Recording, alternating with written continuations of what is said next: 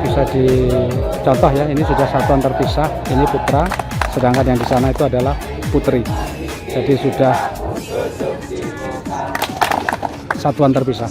Upacara pembukaannya juga terpisah, nanti upacara penutupannya juga sudah akan dibuat terpisah. Kegiatannya juga terpisah antara putra dan putri.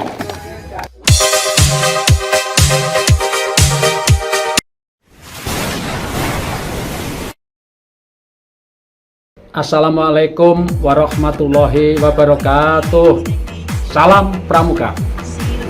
Ketemu lagi dengan saya Kak Ojit di Harjito Ojit. Nah, semoga keadaan kita semuanya selalu dalam keadaan yang sehat walafiat untuk mendampingi adik-adik kita, bagi kakak-kakak pelatih maupun pembina di seluruh negeri Indonesia yang kita cintai bersama ini.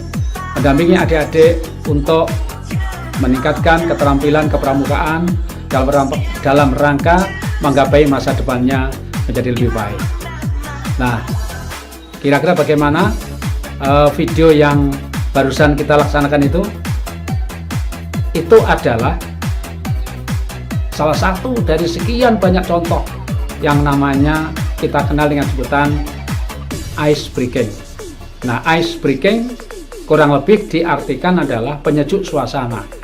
Jadi suatu kegiatan atau permainan atau game yang tujuannya adalah untuk menghindari kebosanan, menghilangkan kejenuhan, menghilangkan kepenatan setelah kegiatannya begitu padat. Nah, agar timbul suasana yang menyenangkan, suasana yang segar kembali untuk memusatkan perhatian, untuk menarik minat, untuk meningkatkan prestasi belajar bagi peserta didik kita. Nah, itu kurang lebih pengertian dari ice breaking. Nah, pertanyaannya adalah apakah perlu ice breaking itu dalam kegiatan kepramukaan? Nah, jawabannya adalah sudah barang tentu sangat diperlukan. Nah, kenapa sangat diperlukan?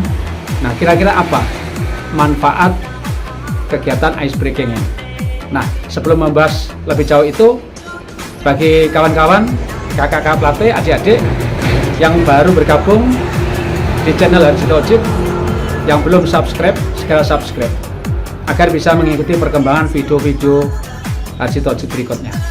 Nah, share sebanyak-banyaknya ke kawan-kawan kita yang membutuhkan, kemudian tinggalkan komen positif untuk membangun channel Harjito Ojit ini. Yuk, selamat menikmati tayangan berikut ini.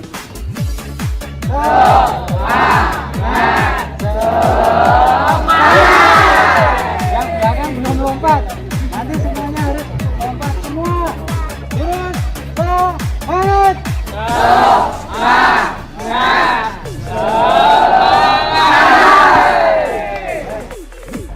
Hari Minggu ku turun ayah ke kota. Singgir mandi pengen aku duduk di muka. Duduk saking takut tidak sedang bekerja.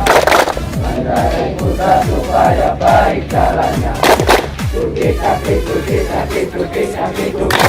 Tuki kaki, tuki kaki, tuki kaki, tuki. Untuk ini, ayo sekarang kita sedikit diperdalam. Kira-kira bentuk kegiatan apa ya yang tergolong ice breaking itu? Nah, ice breaking kegiatannya bisa berupa kata-kata, bisa berupa suatu gerakan-gerakan, bisa berupa tepuk tangan, bisa berupa kegiatan substitusi, penggantian, misalnya suatu lagu, syairnya itu, tulisannya itu diganti dengan kata-kata yang kita kehendaki, sehingga timbul kelucuan, timbul kesan positif. Juga bisa berupa yel-yel, juga bisa berupa kuis atau pertanyaan-pertanyaan. Nah, itu bentuk-bentuk kegiatan yang bisa kita kemas menjadi suatu kegiatan ice breaking. Nah, yang lebih penting lagi adalah kapan waktu ice breaking itu diberikan. Nah, yuk kita ikuti video berikut ini. Yang kedua, suatu game permainan yang membuat fokus ya, membuat fokus. Coba tangannya diangkat semuanya. Semuanya lihat saya ya. Semuanya lihat saya, kemudian lakukan apa yang saya katakan. Lagi, lakukan apa yang saya katakan. Perintahnya apa? Lakukan apa yang saya katakan. Begini ya, setelah begini siap. Contoh. Lakukan apa yang saya omongkan. Pegang kepala. Ini ya, pegang telinga, pegang pipi, pegang janggut, pegang hidung, pegang pundak, pegang paha. Oke, sama dong? Lakukan apa yang saya katakan. Yo, ulangi lagi yo. Tangannya di sini biar jangan tuh, goyang-goyang ya. Yo, pegang kepala. Nah, pegang paha. Paha. Ya, gitu ya. Pundak. Pegang pundak. Ya, pegang telinga, pegang hidung, pegang kepala. Pegang hidung lagi, pegang pipi, pegang pundak, ya, pegang paha. Baca tepuk tangan untuk kita semuanya. Ketika coba sekarang tangannya ditaruh di pundak temannya di depannya. Jadi ini menjadi satu kesatuan kereta ya. Menjadi satu kesatuan kereta, jangan dilepaskan ya. Jangan dilepaskan. Coba ayo kita melakukan apa yang saya katakan. Halo. Melakukan apa yang saya katakan. Yuk, ini jangan sampai putus ya. Coba kalau saya bilang satu depan itu jadi satu lompat ke depan. Satu depan, satu lompat depan. Ini tapi bareng cepet gandengan yuk. Satu depan, satu belakang, dua depan, dua belakang. Baik, jangan sampai putus. Ayo fokus lagi. Satu kanan, satu kiri. Lagi fokus ya, fokus. Saya ingin coba lagi. Satu depan, satu kanan, satu kiri, satu belakang. Baik, siap ya. Sekarang mulai benar ya. Sekarang coba kembalikan di coba sekarang gini stop. Sekarang kebalikan. Oh, hati-hati ya kebalikannya ya. Kebalikannya kalau saya bilang satu depan berarti ada satu. Kalau satu belakang berarti ada satu depan. Kanan kiri sebaliknya. Coba lakukan sebaliknya. Oke? Mulai ya, siap ya. Baik. Satu belakang. Satu depan. Satu kiri. Satu kanan.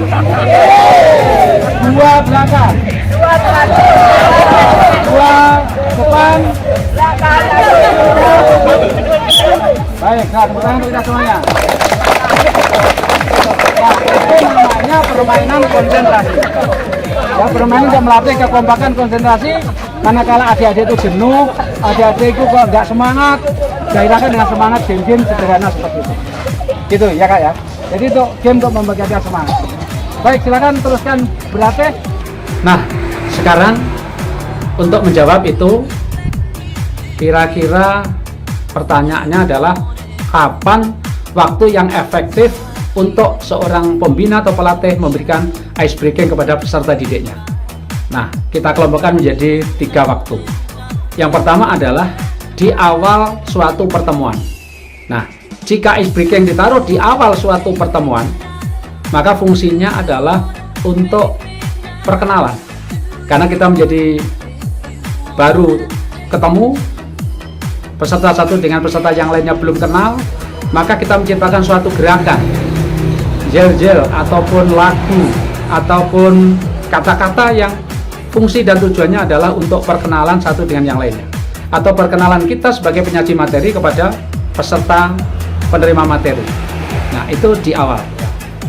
Terus kemudian yang kedua adalah di tengah-tengah kegiatan, yaitu saat peserta didik, peserta pelatihan mengalami suatu kejenuhan, mengalami suatu kebosanan karena sudah 1 jam menerima materi atau mengadakan suatu kegiatan. Mungkin peserta didik sudah mulai mengantuk, maka untuk membangkitkan kembali gairah semangat itu, kita buatlah suatu ice breaking, penyejuk suasana, penyegar kembali, supaya motivasi semangat bangkit lagi. Nah, yang ketiga adalah di akhir suatu kegiatan, sebelum kita berpisah, maka ice breaking itu adalah kita gunakan untuk mengenang kembali kegiatan kita dari awal sampai akhir itu apa. Kita ciptakan suatu kegiatan yang berkesan positif kepada peserta didik.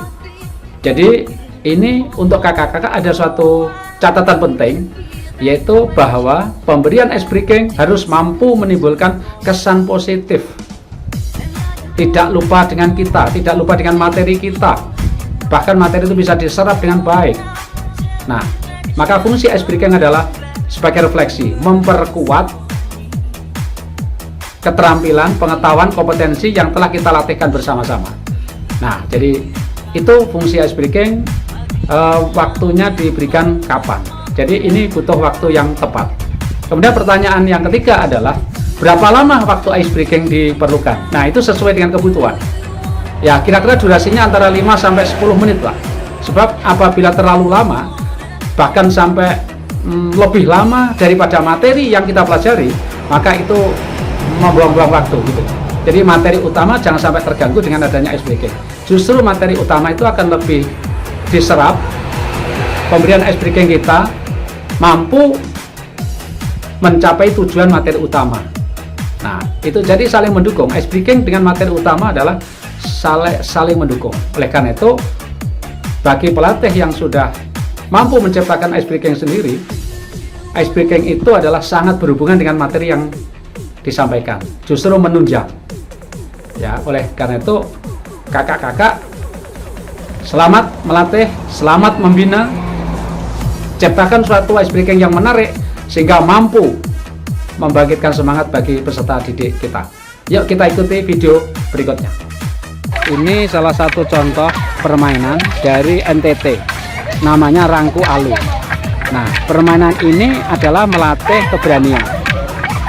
keberanian untuk mengambil suatu keputusan. Sekali lagi, permainan Rangku Alu ini selain melatih keberanian untuk mengambil keputusan, juga melatih ketelitian. Nah, melatih kekompakan. Nah, juga melatih kekompakan satu dengan yang lain, berirama. Nah, ini ada iramanya, diiringi sebuah lagu lebih bagus ini. Jadi ini sebuah latihan keterampilan sekaligus seni. Ini manfaatnya buat anak-anak bagus banget ini. Ya, jadi bisa melatihkan keberanian mengambil keputusan, kekompakan, kehati-hatian. Jadi semua game-game, permainan-permainan dalam kegiatan kepramukaan adalah untuk mengembangkan sosial, emosional, spiritual, intelektual dan fisik dari peserta didik. Nah, ini adik putri semuanya berlatih ini permainan Rangku Alu yang dari NTT ini. Yuk kita ikuti terus keseruannya.